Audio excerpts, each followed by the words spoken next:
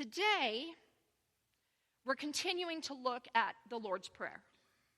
Last week, we listened to it in Aramaic, and that's the language that Jesus actually spoke way back when he uttered those words.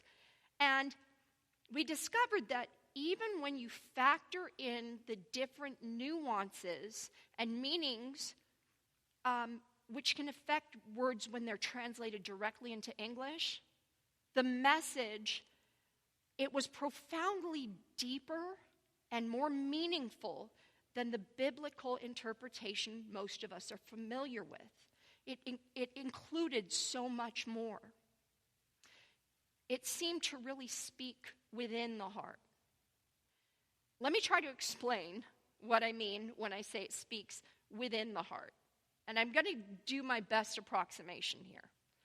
Hey, you know that kind of warm, emotional feeling that you get when somebody says something that really resonates with you, something that really touches you, or you hear music that kind of stirs something within you. Okay, that is what I think of as moving. We feel it in our hearts. Speaking within the heart is entirely different.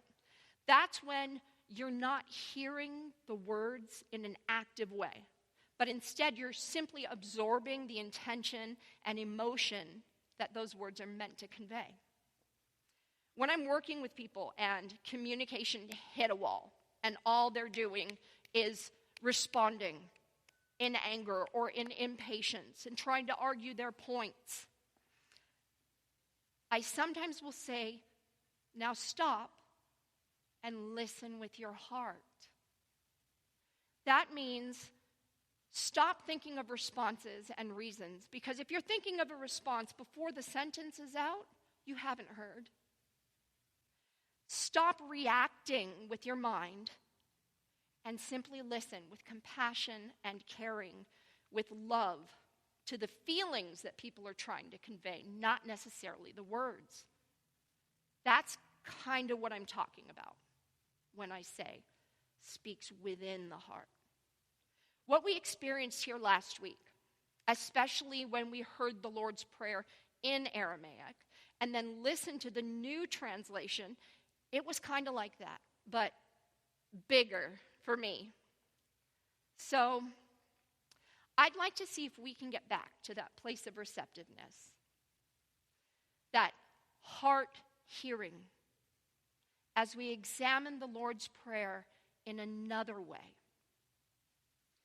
So today, we're going to look at the translation that's most common to many of us, the one we said a few minutes ago, right after the meditation.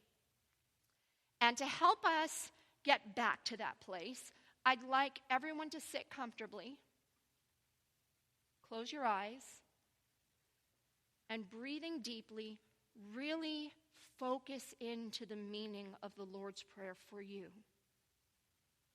Our Father, who art in heaven,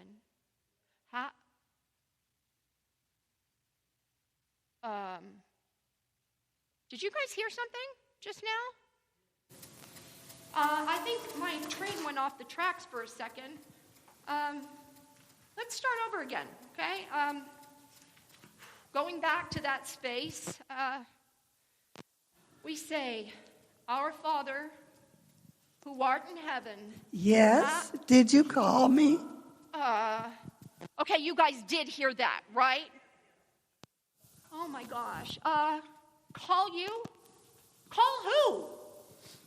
Oh, okay, you guys are messing with me. You, right? No? Tony?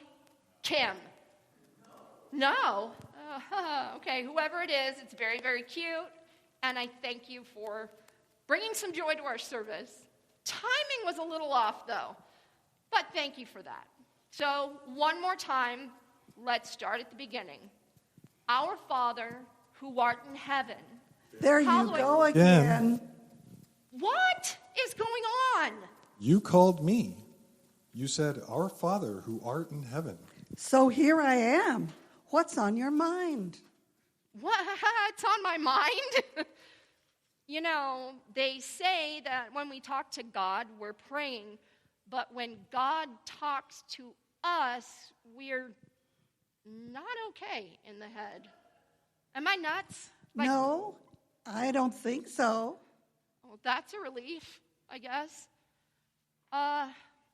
Go with it.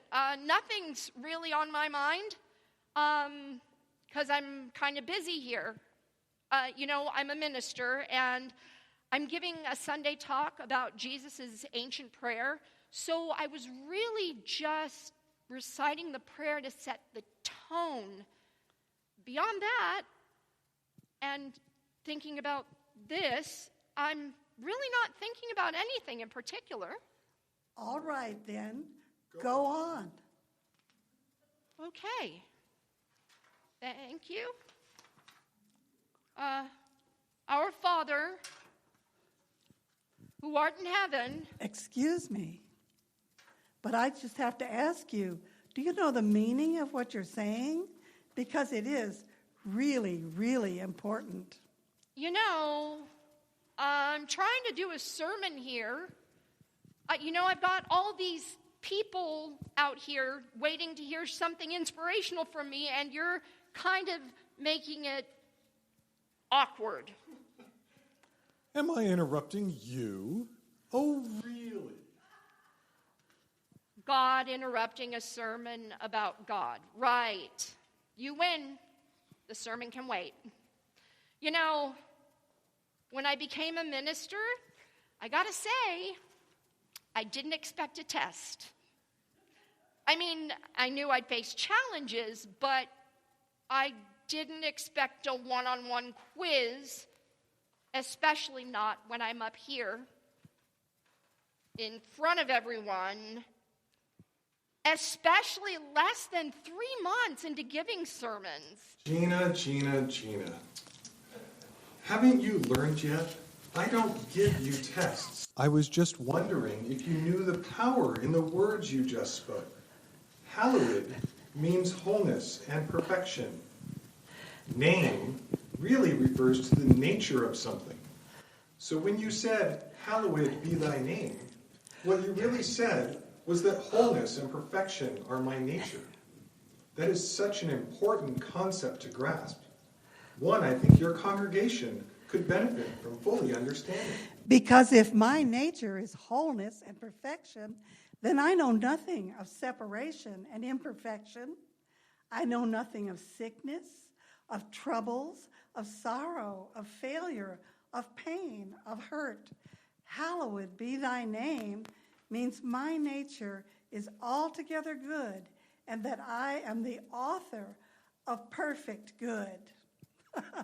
And since you called me Father, implying a parent-child relationship, you must realize the tremendous, significant connection here. The nature of the parent is automatically transferred to the child. It is a cosmic law that like begets like.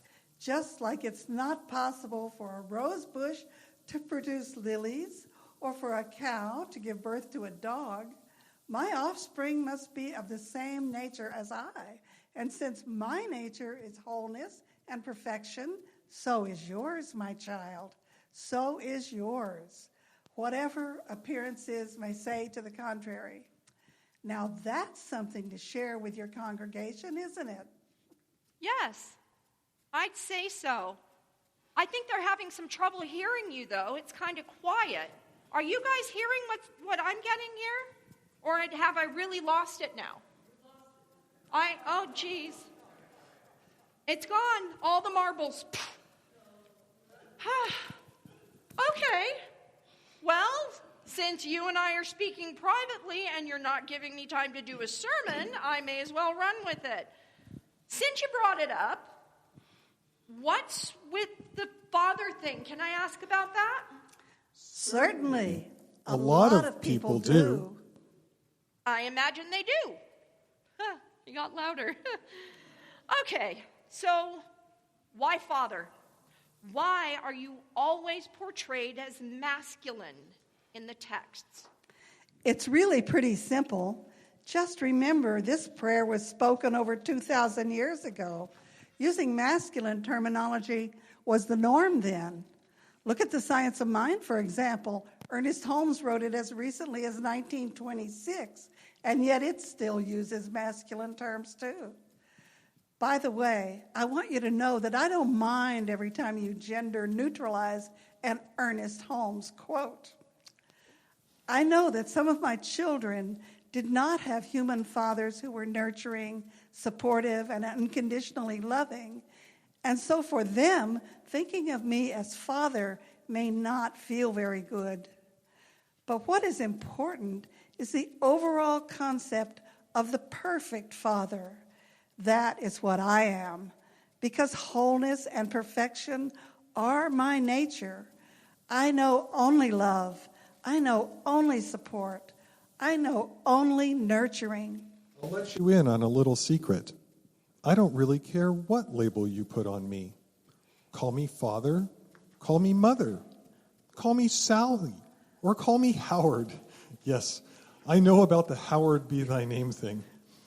I really don't care what you call me. Now, why don't you get on with your prayer? We're taking up a lot of service time here. Oh, right. I've still got a talk to give. You guys get to watch this all happening. Okay, where was I? The sermon and then sit comfortably in. Our Father who art in heaven, hallowed be thy name. Yes, here I am. Okay. Thy kingdom come, thy will be done on earth as it is in heaven. Now here's where things get interesting. Do you really mean what you just said? Well, yes. I think so. I mean, of course I mean that. You're praying to have my kingdom come and to have my will expressed on earth. That's quite a goal. And you realize, of course, that this one is up to you. That is to say, your work is to bring more and more of my ideas, such as peace and love, harmony and abundance, into concrete form upon this plane. Now, I don't mean just you. I mean everybody. This is what you are all here to do. Remember, you were born to make manifest my glory is within you. Hey, how do you like that? God quoting Marianne Williamson. Anyway, here's what I want you to do. You've got to get the word out to let people know that I have glorious and wonderful plans for them. My will for them is that they express life fully and freely and joyously. It is never my will that they suffer, but I know a lot of them do. Please tell them in whatever way you can that it is not my will that brings this about, but it is their sense of separation from me. It is because they forget that my nature, and therefore their nature, is wholeness and perfect. They forget that I am as close as their breath. They forget that when they think, they are using my mind and my creative power. If they realize the power in their thoughts, they'd think twice before they think. And also, tell them to listen to those creative urges within them. Tell them to pay attention to those deep inner knowings that they all have. Tell them that that's me talking to them. Tell them it's me trying to get their attention. Most of them just dismiss my voice as some kind of pie-in-the-sky dream. What they forget is that they bring the kingdom to earth and express my will here by living fully. Of course, I could tell them all of this directly if they would only listen. Oh, I wish they would, because this wouldn't be happening. All right, I know I'm sometimes kind of slow at picking things up, but I got to ask, especially under the circumstances, am I starting to listen better? Because I've really been trying. Well, you know, now that you mention it, you are improving some. You should continue to work on that, though. Just remember, you are a work in progress, just like everyone else. Look, Lord, I'm getting hand signals telling me I need to finish up here, so I'm sorry, but I've got a time limit and I've got to get back to it. So, we're at Give Us This Day Our Daily Bread. You know, you might benefit from cutting out some of that bread. You don't really need more carbs. Wait a minute. This is getting kind of personal here, and I didn't really want to hear that, in front of everyone. Praying can be a dangerous thing. You could wind up changed, That's what I'm trying to get across to you. You called me, and here I am. It's too late to stop now. Keep praying. I'm interested in the next part of your prayer. Well, go on. I'm not sure I want to. Why not? Because I'm not sure what you're going to say. Why don't you just give me a try and see? Okay, here goes. Forgive us our trespasses as we forgive those who trespass against us. Let's get one thing straight here. I don't forgive. What? You heard me.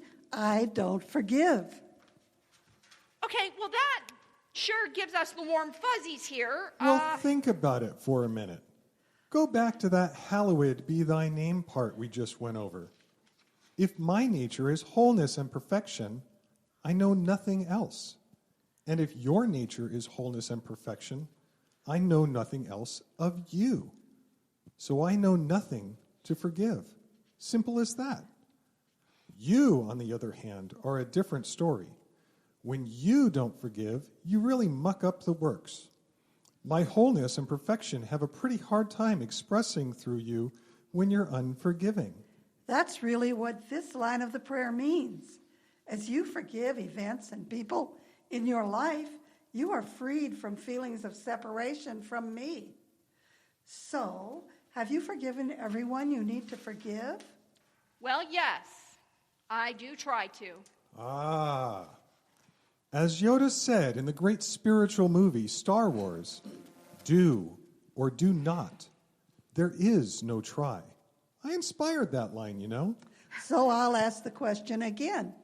Have you forgiven everyone and everything you need to forgive? Yeah. For example, what about our current political climate? Is there any forgiveness work there?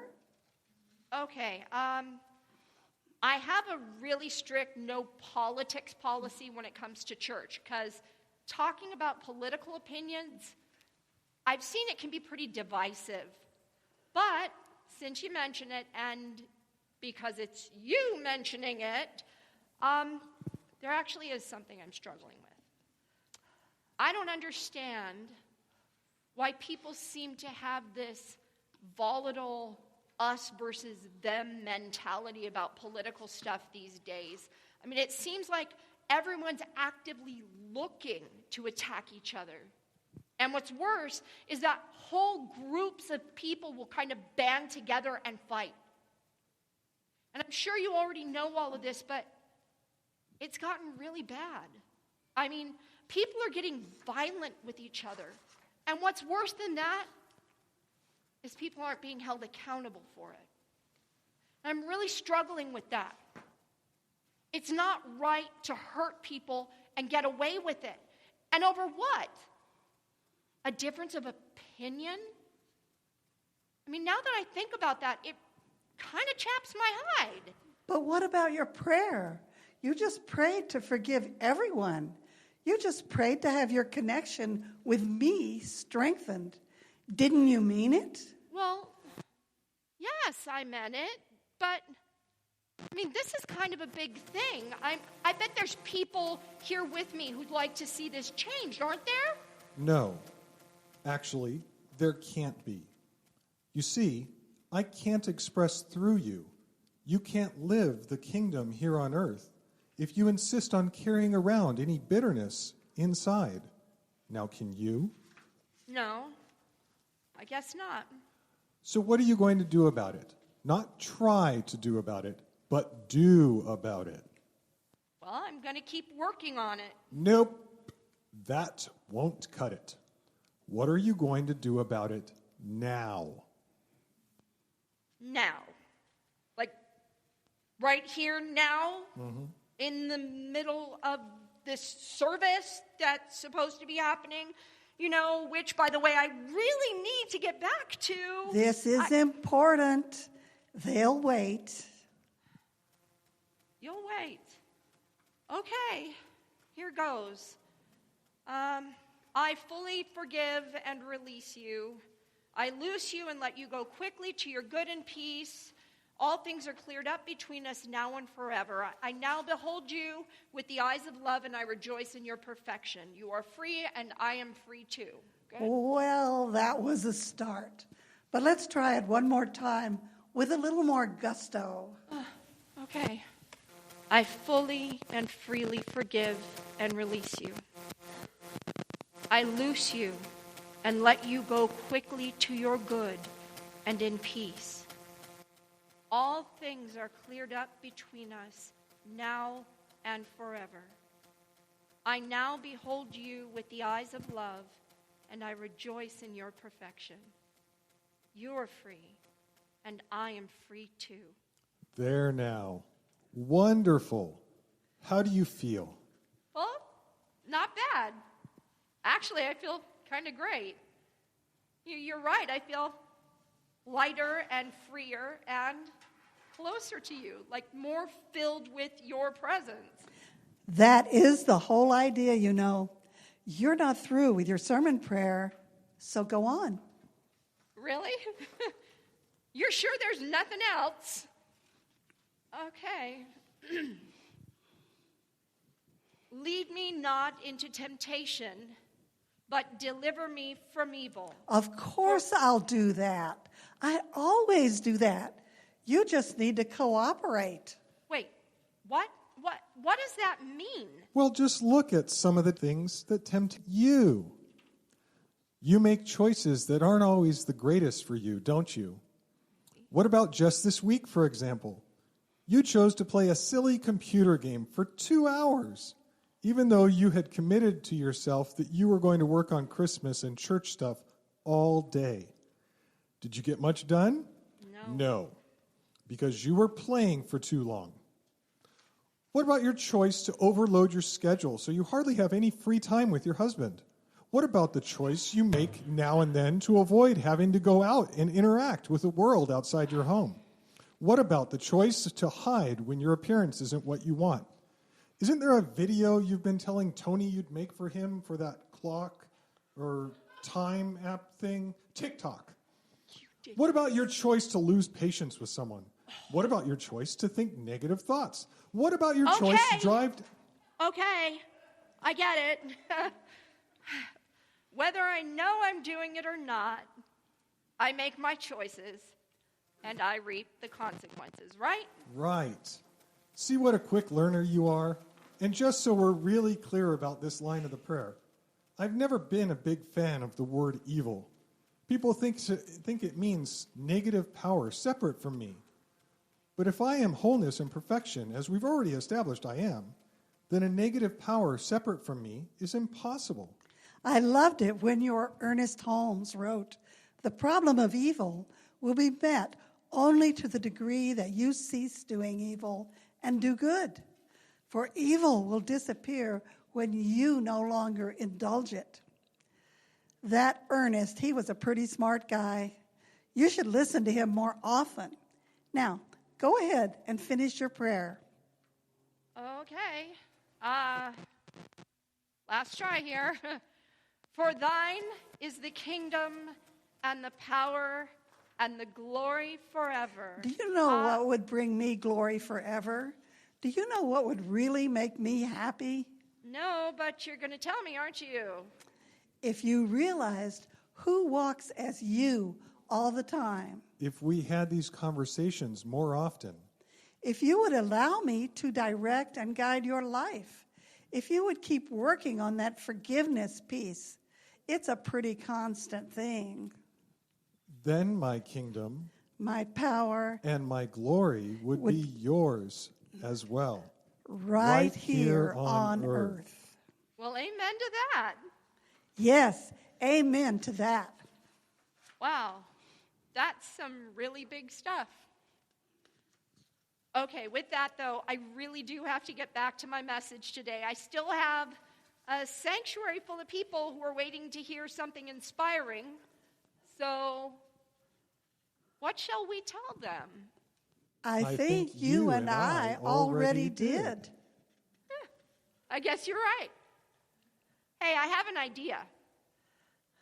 Now that we have this new understanding for the prayer, how about if we all say it together?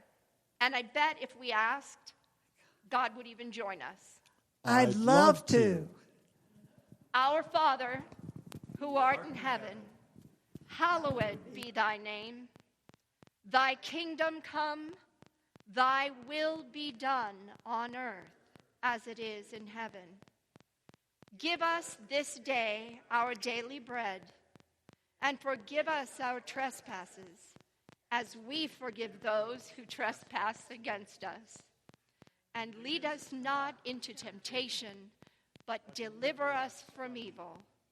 For thine is the kingdom and the power and the glory forever. Amen. Thank you.